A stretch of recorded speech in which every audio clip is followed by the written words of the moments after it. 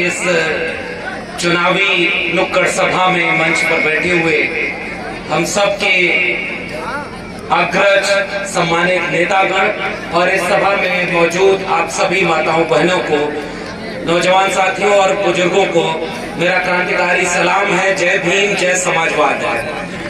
मेरा नाम डॉक्टर लक्ष्मण यादव है। मैं रहने वाला तो आजमगढ़ का हूँ, लेकिन कई बार होता है, हम 14 साल दिल्ली विश्वविद्यालय में पढ़ाते रहे, प्रोफेसर रहे, लेकिन ये खतरा महसूस किया कि जब आपकी बोलने की आजादी छीनी जाए, आपके बच्चों की शिक्षा बेची जाए, संविधान पर खतरा मंडरा रहा हो, और इस वक्त में इस बात का इंतजार नहीं किया जाता कि आग जब आपके घर तक पहुंचेगी तब उसे बुझाने के लिए आप दौड़ेंगे।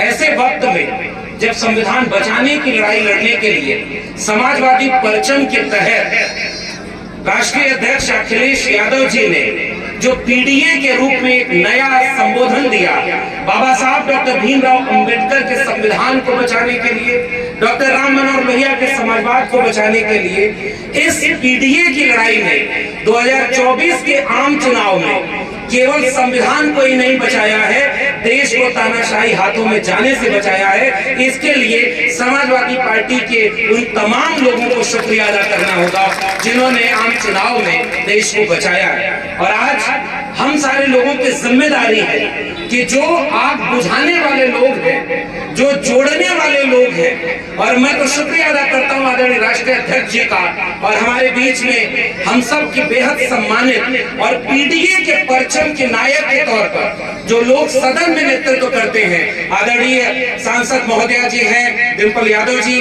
हमारे आदित्य जी हैं। वो पीडीए का परचम जब संसद में पहुंचा तो उस परचम ने देश को ये उम्मीद पैदा कर दी है कि संविधान बचाने की लड़ाई आज की तारीख में पूरे देश में कोई लड़ सकता है तो वो समाजवादी पीडीए ही लड़ सकता है। और इसी उम्मीद के साथ हम आपके बीच में आए हैं, ये बात की अपील इस बात की करने की आपकी शिक्षा बचाने के लिए, आपके बच्चों को कलम और किताब देने के लिए, आपके युवाओं को, नौजवानों को रोजगार देने के लिए जो काम होने चाहिए थे वो उत्तर प्रदेश की सरकार ने नहीं किए। उन्होंने 3 काम किया। भारतीय जनता पार्टी की सरकार ने झूठ बोला, फूट डाला और लूट लिया।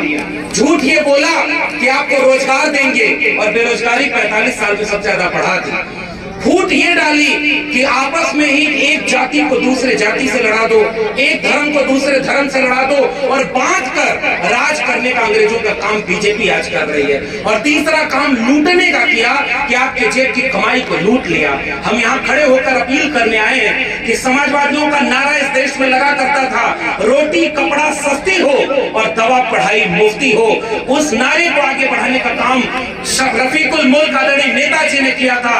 पढ़ाई, कमाई, दवाई और सिंचाई के काम को आगे बढ़ाने का उस परचम को आज आदरणीय अखिलेश यादव जी आगे बढ़ा रहे हैं। हम जैसे प्रोफेसर आपके बीच में जो आज अपील करने आए हैं कि करहल के लोगों, आपसे केवल ये अपील और गुजारिश कि ये केवल एक उपचुनाव का मामला नहीं है, कि एक उपचुनाव है और इसमें आपसे वोट मांगने आए हैं। इस चुनाव की अहमियत ये समझिए कि जो लोग इन चुनावों से डर गए हैं वो इस चुनाव को एक हफ्ते टाल रहे हैं, लेकिन राष्ट्रीय अध्यक्ष जी ने कहा कि चुनाव टालने से हार नहीं टाली जाती।